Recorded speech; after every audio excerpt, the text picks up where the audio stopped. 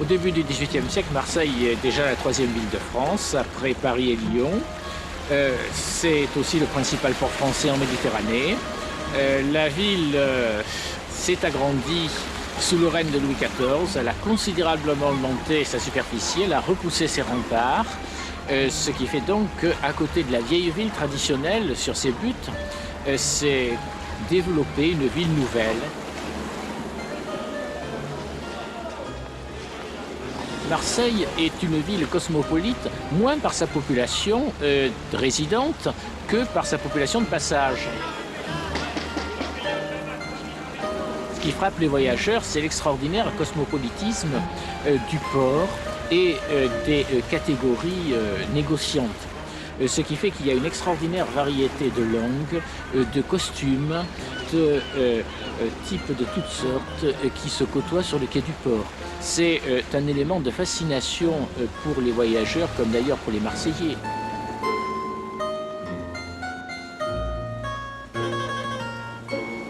D'autre part, un certain nombre de Marseillais ont passé une partie de leur vie dans le Levant, c'est-à-dire dans la Méditerranée orientale, dans ces terres qui à l'époque font partie de l'Empire ottoman, qui sont soit l'Empire ottoman lui-même, soit des colonies de l'Empire ottoman.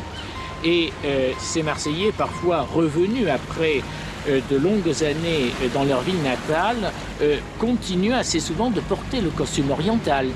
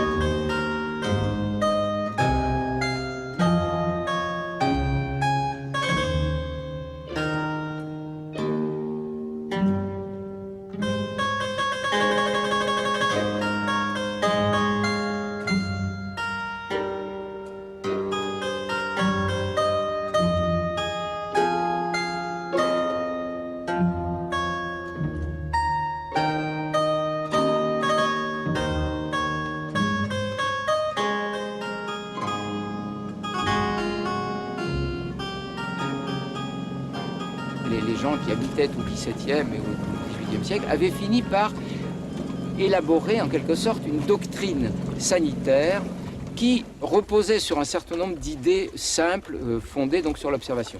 La première, c'est que la maladie est due à ce qu'on appelait, faute d'autres moyens de le définir, le venin de la peste. Bon, ce qu'on appellerait, nous, évidemment, les microbes. Alors, ce venin de la peste, eh bien, se cache dans un certain nombre de lieux qui lui sont favorables, c'est-à-dire essentiellement les vêtements, les textiles, les objets de ce genre. Et pour pouvoir se rendre compte si il y a la peste à bord ou non, on est obligé d'attendre, de voir si des cas se déclarent. Lorsqu'un navire arrivait, mettons, de Smyrne ou d'Alger ou d'Istanbul, peu importe, il mettait un canot à la mer et le capitaine et les rameurs venaient jusqu'à l'entrée du port de Marseille. Lorsqu'il arrivait là, le capitaine tendait ses papiers à un personnage qui l'empoignait de loin avec des espèces de pinces.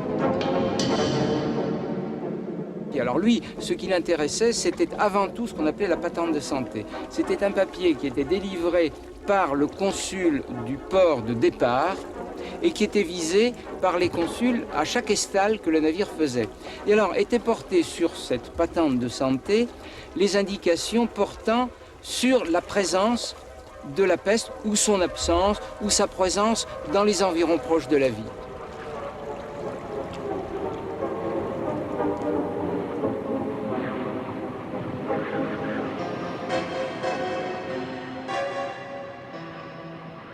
La peste est arrivée à 23 reprises à Marseille. Dans 22 cas sur 23, la chose n'a pas eu d'autres conséquences. Dans un cas, qui est bien connu et qui est tristement célèbre, en 1720, je dirais les procédures de la réglementation sanitaire n'ont pas été respectées et la peste a éclaté à Marseille.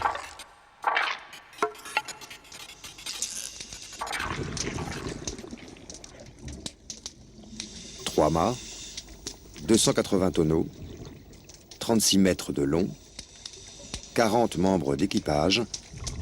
Telle est la description du Grand Saint-Antoine, vaisseau par lequel la peste fera son entrée à Marseille.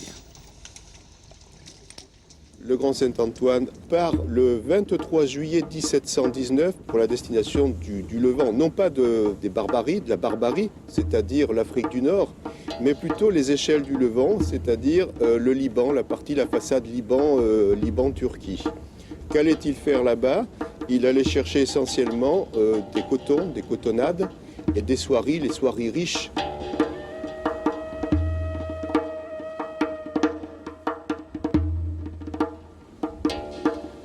Le Grand Saint-Antoine va commercer avec des villes où la peste est endémique. On vit avec la peste au quotidien. Il risque, lui, de ramener la peste à bord. Et c'est ce qui s'est passé, puisqu'il est parti de Tripoli de Syrie, vers Chypre. Il a pris des passagers. Il y avait 5 Turcs. Parmi ces 5 Turcs, un Turc est décédé. Et ensuite, le bateau part vers Marseille. Mais pendant le trajet entre Chypre et le Cap Corse, il y aura 5 nouveaux morts. Quand le bateau arrive au Cap Corse, au large du Cap Corse, le capitaine s'interroge. Indéniablement, il sait qu'il a la peste à bord. La preuve, c'est qu'il s'est isolé, il s'est mis à la poupe. Et là, il y a 2 versions. Il y a la version des faits historiques, et puis il y a la vérité, où l'on s'est aperçu que l'histoire n'est pas celle qui a été racontée à l'époque. C'est-à-dire qu'il y a eu problème et que l'on a caché des choses. La vérité est celle-ci. Le bateau, effectivement, est au Cap Corse. Le capitaine sait qu'il a la peste à bord. Il sait aussi qu'il a une cargaison qui est une des plus riches. S'il rentre à Marseille avec des morts à bord, la cargaison ira sur l'île de Jard et sera à ce moment-là détruite. Il a besoin d'avoir l'autorisation des autres armateurs. Que fait-il? Il est obligé de prendre contact avec eux. Et à ce moment-là, il va aller au Brusque, qui se trouve à côté de Toulon. Ce que l'on sait aussi officiellement, grâce aux archives, c'est que le matin, donc au petit jour, les intéressés seraient venus, ou sont venus plutôt, voir le capitaine Château. Le capitaine Château n'est plus maître après Dieu. Il attend les directives. Et à ce moment-là, certainement, ça c'est pas écrit dans l'histoire, mais on peut le penser, c'est que les échevins Jean-Baptiste Echtel, les 3 autres intéressés, aient dit ceci: il faut que tu trouves une raison de ces morts, sinon la cargaison, nous allons la perdre. Une seule façon, c'est aller dans un port de quarantaine autre pour avoir une explication des morts. Il va donc aller à Livourne. Et puis là, malheureusement, il a encore 2 morts à bord, dont le chirurgien. Il va donc demander au chirurgien de Livourne des explications. Et les chirurgiens lui disent que ces morts ne sont pas morts de peste, etc., mais de fièvre maligne.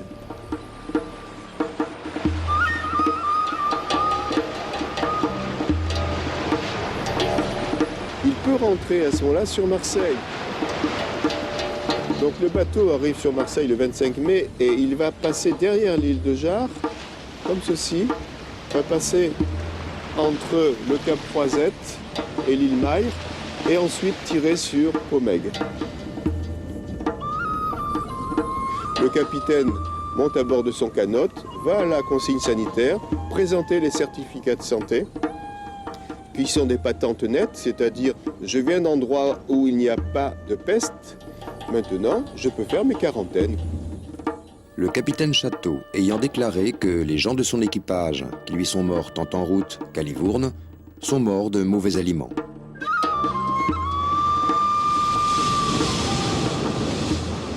Et quels sont les coupables? Il y a d'abord l'édile, Jean-Baptiste Estel, qui était propriétaire du bateau. Il savait. Il ne faut pas oublier que Jean-Baptiste Estel a été consul à Tripoli de Syrie. Il connaissait. Hein. Bon, il y a les négociants. Les autres négociants qui participaient à cette cargaison.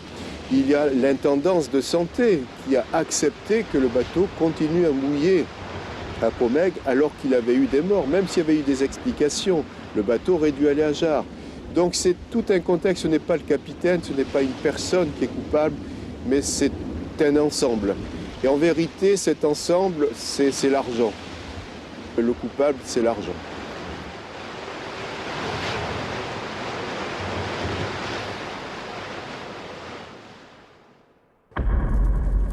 Le port est dans un dérangement total. Les galères sont retirées du quai et renfermées dans une estacade du côté de l'arsenal où les ponts sont levés et de hautes barrières posées. Et tous les vaisseaux et bâtiments marchands sont hors de la mare et à l'écart. Ensemble renfermés dans les murs de cette ville. Le ciel irrité fit tomber dans ces jours de désespoir un déluge de désolation. Et si le soleil faisait luire quelques rayons sur nous, c'était pour nous montrer 7 ou 8 000 personnes ou cadavres qui pourrissaient à nos yeux sans sépulture. Un grand nombre mangé par les chiens qui ne se nourrissaient plus que de chair humaine. Tous les quartiers sans exception en étaient infectés. Et on n'entendait plus que le roulement des chariots et les plaintes des mourants. Ils exhalent une puanteur insupportable. Et comme si le mal dont ils étaient atteints n'était pas assez terrible et assez cruel, ils souffrent encore toutes les rigueurs de la disette et de la misère publique, qui semblent être de concert avec la peste, pour faire souffrir tout à la fois plusieurs morts à ces malheureux, qui périssent misérablement sous les lambeaux dont ils sont couverts, et augmentent à chaque moment le nombre des morts qui les environnent. D'abord, le barbare parti ou de les jeter hors de la maison, ou d'en fuir, et d'en déserter eux-mêmes, et de l'y abandonner tout seul, sans aide ni secours, livré à la faim, à la soif, et à tout ce qui peut rendre la mort plus dure et plus cruelle. Au début de septembre, la mortalité est à son maximum avec 1000 décès par jour. On pille les maisons désertes, on achève les mourants, les denrées se raréfient et leur prix augmente. Les ouvriers et les paysans réquisitionnés refusent d'enterrer les corps. Les forçats prêtés par les galères pour ouvrir les fosses meurent en quelques jours ou s'évadent. Au milieu de septembre, l'esplanade de la Tourette est un vaste charnier à ciel ouvert où s'entassent plus de 1000 corps en putréfaction. À la fin du mois, un nouveau commandant en chef est nommé. Il rétablit avec poigne l'ordre et la propreté. Le déclin de la mortalité s'amorce. À la fin octobre, les hôpitaux ferment progressivement. Seuls 2 ou 3 nouveaux cas quotidiens sont signalés à la fin de l'année. En janvier 1721, la mortalité retrouve dans la ville son rythme normal. Mais la maladie s'était répandue dans les cités et les campagnes de Provence. On estime que Marseille et ses environs ont perdu en 6 mois la moitié de leur population. Au printemps 1722, la ville connaît une rechute épidémique. La frayeur renaît, mais la mortalité est faible. L'épidémie cesse définitivement en août 1722.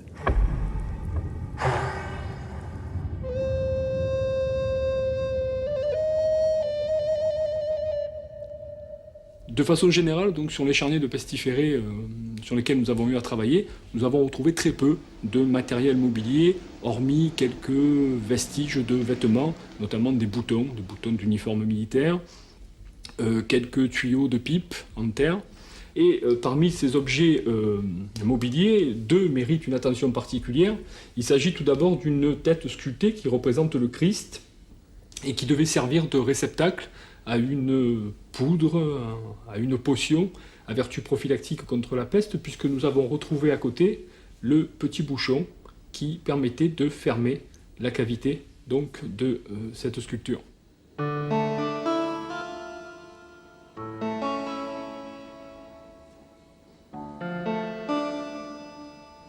Et l'autre objet, c'est une croix double croisetée que nous avons retrouvée avec le même individu en cuivre.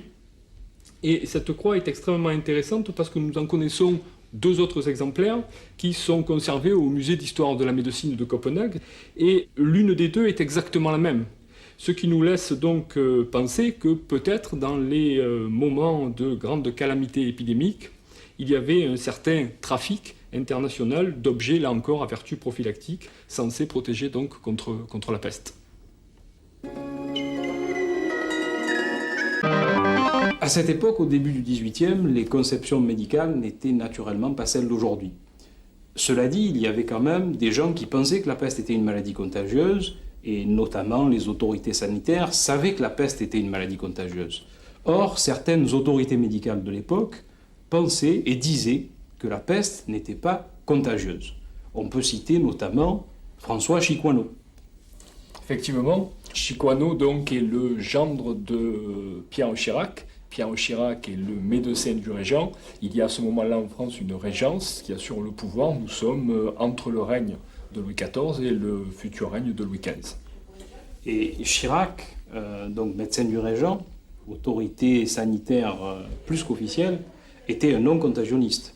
Absolument. À côté donc de cette école non-contagionniste, il y a une école peut-être un peu plus marseillaise dans ses porte-drapeaux, mais également constituée de médecins de Lyon et de médecins de Montpellier, qui seront des défenseurs de la haute contagiosité de la peste. C'est le cas de Jean-Baptiste Bertrand, par exemple. En dehors de Bertrand, nous avons un médecin très attachant dans sa démarche, puisqu'il s'agit de Dédier, qui est finalement le premier expérimentateur concernant la transmission de la maladie. Oui, Antoine Dédier est un personnage étonnant au milieu de ce corps médical du XVIIIe siècle, puisqu'en fait, d'un côté, on a des partisans d'un certain archaïsme médical qui défendent de la non-contagiosité de la peste. D'un autre côté, on a des gens qui sentent un petit peu la contagiosité de la maladie, mais c'est empirique, c'est pas bien clair. Et puis Antoine Dédier qui va pratiquer un certain nombre d'expériences. Et là, c'est très important pour l'époque, puisqu'on a, bien avant Claude Bernard, la première démarche d'expérimentation physiologique ou médicale, avec un raisonnement véritablement scientifique, hypothético-déductif, l'hypothèse de la transmission de la maladie et la démonstration que la maladie est bien contagieuse, puisque l'animal inoculé par du pus de bubonde pestiféré va développer lui aussi la peste, ce qu'observe très bien Dédier. Oui.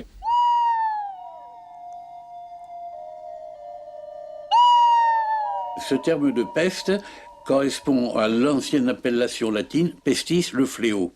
Et pour toute l'Antiquité, tout phénomène touchant de façon massive, brutale, des populations avec une mortalité non négligeable, c'était la peste.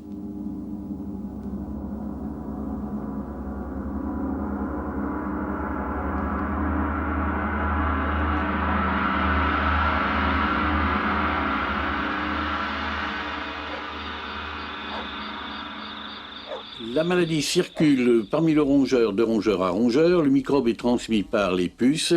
Et lorsque un rongeur meurt, chacun sait que les puces le quittent. Les puces le quittent, mais le quittent après avoir pris la précaution de faire un repas sanguin, donc d'avoir absorbé le bacille. Et lorsque la puce, abandonnée par le rongeur infecté, rencontre un autre rongeur ou rencontre l'homme, un organisme à sang chaud d'une façon générale, elle essaye de le piquer pour se nourrir et ce faisant, elle inocule le bacille.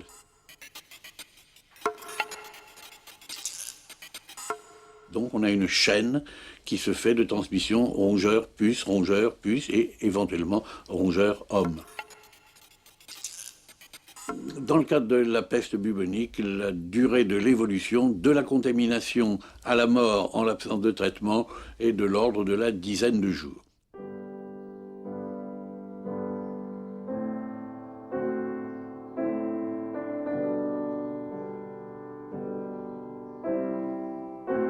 Les chevaux ne sont pas contaminés parce que ils dégagent une odeur particulière qui est un repoussant pour les puces. Et ça, l'homme avait observé depuis très longtemps, au Moyen-Âge et dans toutes les régions d'Europe, que lorsqu'il y avait une poussée de peste quelque part, toutes les professions étaient atteintes, sauf les palefreniers. L'éradication de la peste est quelque chose qu'on a essayé, qu'on a envisagé et qui maintenant apparaît comme une utopie. Quand, d'une façon générale, on doit dire que lorsque une maladie est strictement humaine, ça a été le cas de la variole par exemple, donc il est possible, dans certaines conditions, d'arriver à l'éradication. Mais lorsqu'une maladie a un relais extérieur à l'homme, lorsque le microbe peut aller soit sur d'autres espèces animales, soit dans le milieu extérieur, dans le sol, comme on l'a démontré, alors là, il n'est pas possible de faire une éradication. Donc la peste, elle existe et nous vivrons toujours avec. L'ancienneté de la peste ne doit pas faire méconnaître ses possibilités d'avenir. Un avenir d'une part spontané, cette maladie n'est pas éradicable, on l'a dit. Cette maladie, on la voit fluctuer, elle apparaît, elle disparaît, elle a son rythme propre et son existence propre, dans les conditions, mettons, naturelles, mais en plus, l'homme est capable d'utiliser le bacille de la peste comme celui d'autres maladies ou comme certains virus en vue d'une guerre microbiologique. Et nous savons actuellement qu'à Fort Detrick aux États-Unis, qu'à Porton en Angleterre, et que dans plusieurs laboratoires que je connais bien, pour y avoir travaillé en Union soviétique, on continue de préparer une guerre bactériologique.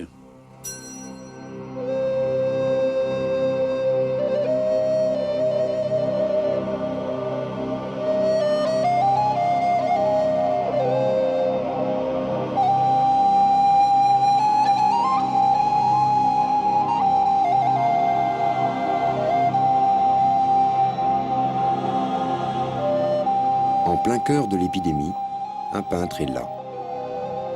Témoignage exceptionnel de la peste, les tableaux de Michel Serres retracent, à partir d'esquisses et de croquis pris sur le vif, la réalité du quotidien pendant cette période tragique. Ce sont des tableaux exceptionnels à bien des égards. La peste est un sujet qui a traversé l'iconographie depuis que la peste est apparue en Europe, donc grosso modo 1348 si je ne m'abuse.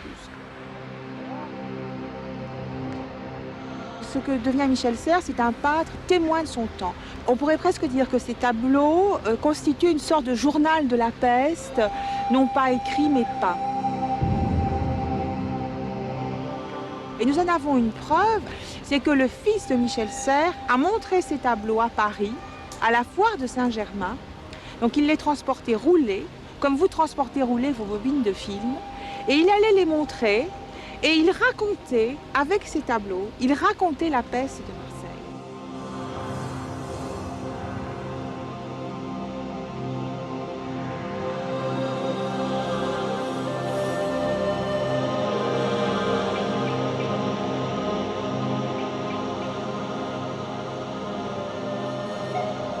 Ce qui est vraiment original dans la peinture de Serres, c'est de nous donner à voir une chronique et de ne pas la transposer.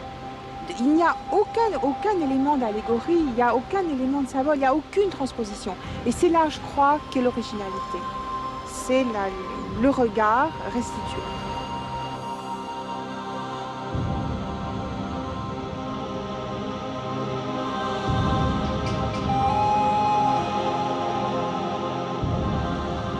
La peste a introduit le macabre dans l'art.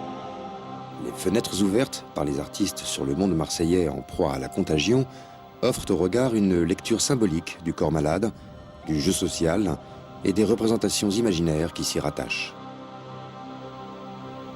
Le regard anthropologique est d'abord un regard analytique et ne considère pas ces représentations uniquement sur le plan esthétique ou historique, mais bien entendu sur le plan de ce qu'elles donnent à voir et du sens qu'elles produisent. C'est un regard qui va du visible, de ce que les toiles, les tableaux donnent à voir, au lisible, c'est-à-dire aux interprétations, à la production de sens qu'on peut en faire. Oui, en effet, l'analyse anthropologique n'est pas une analyse historique qui se situerait du point de vue de l'histoire de l'art. C'est une étude des représentations du corps malade et de l'épidémie qui s'intéresse d'une part à la manière de rendre compte du mal par une société, et d'autre part, de saisir les relations qui existent entre l'image et le savoir. Entre la vie et la mort se dressent des liens, se dressent des ponts, et au travers de ces liens, au travers de ces passerelles, on peut déceler un certain nombre de motifs récurrents. Prenons par exemple la couleur des corps. Comment dissocier, comment différencier les corps morts des corps vivants, des corps en train de mourir? Eh bien, le peintre a utilisé un code académique de couleurs où il passe du blanc au noir en passant par le vert pour rendre compte justement de l'état des corps qui ne correspond absolument pas à la réalité du corps en train de mourir.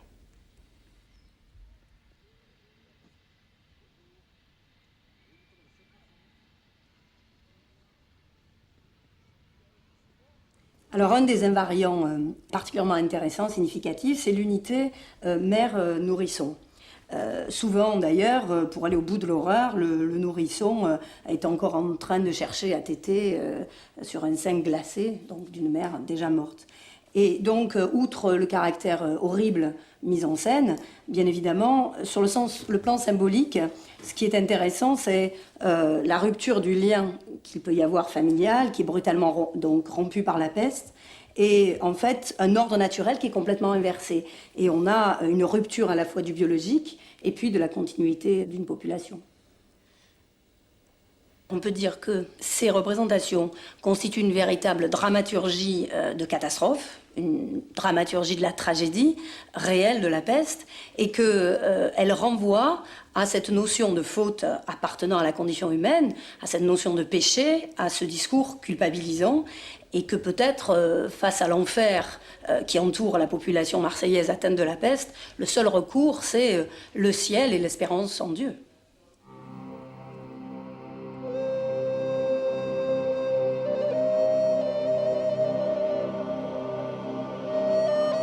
Au 19e, dans une toile du 19e de Gérard, dans un tableau de commande de l'intendance sanitaire, dans un tableau officiel, au premier plan, le pestiféré renvoie à cette assimilation pestiféré damné. À la fois, il est clair que c'est un pestiféré puisqu'il montre tous les symptômes du mal, mais en même temps et surtout, la main portée à la tempe traduit sa douleur, sa souffrance extrême. Visiblement, il est au supplice. Ses yeux révulsés, sa bouche rouge traduisent aussi le feu dévorant intérieur qu'on attribuait traditionnellement aux damnés. Comment est-ce que les habitants de Marseille peuvent lutter en 1720 contre la peste? Eh bien, le seul recours, la seule efficacité qu'ils ont à leur disposition, c'est de recourir à la foi.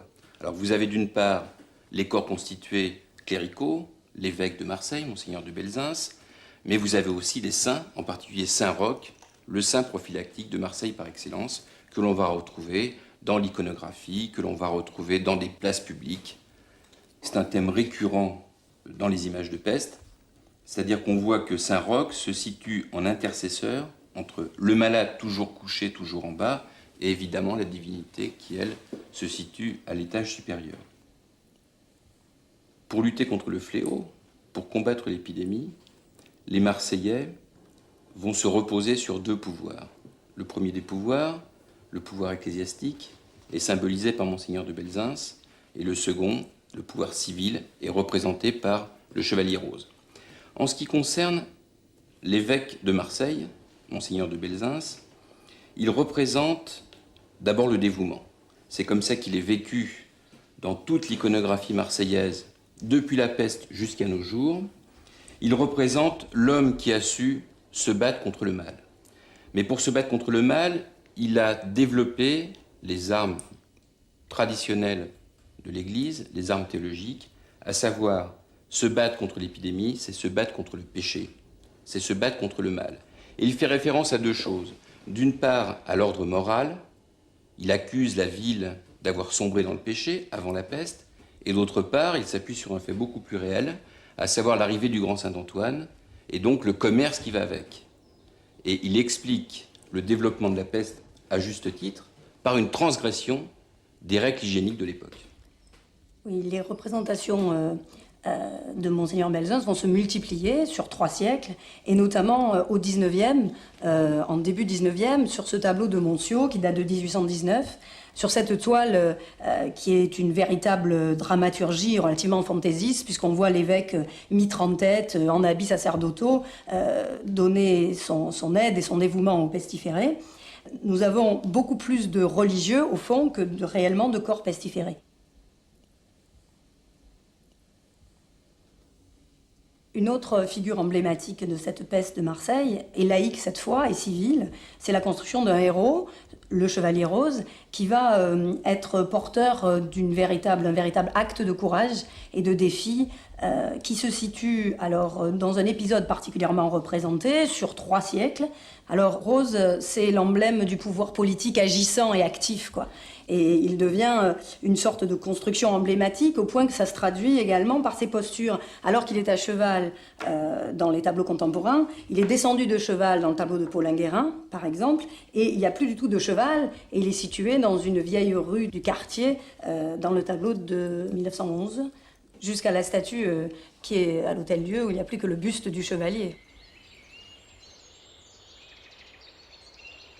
Cette iconographie souligne bien comment les pouvoirs en place, le pouvoir ecclésiastique et le pouvoir politique, non pas représentés simplement par le Chevalier Rose, mais par tous les dispositifs sanitaires qui avaient été mis en place pour lutter contre l'épidémie, se sont finalement avérés efficaces. Il va falloir attendre quelque temps pour qu'un nouveau pouvoir surgisse, le pouvoir médical, qui lui va pouvoir lutter avec efficacité contre la maladie et, dans un premier temps, rassurer l'humanité. Il n'empêche que d'autres épidémies existent aujourd'hui et qu'elles vont aussi nous proposer de nouvelles images que nous, anthropologues, serons amenés à décoder.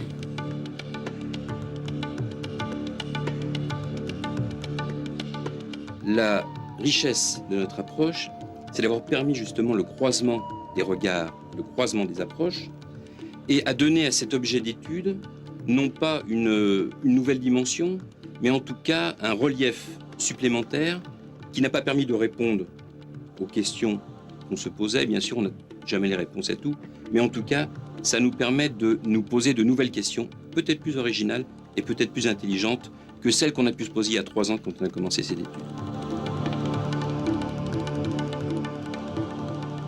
Finalement, l'intérêt de la science, c'est que ça pose plus de questions que ça n'apporte de réponses et que ça donne toujours envie de chercher plus.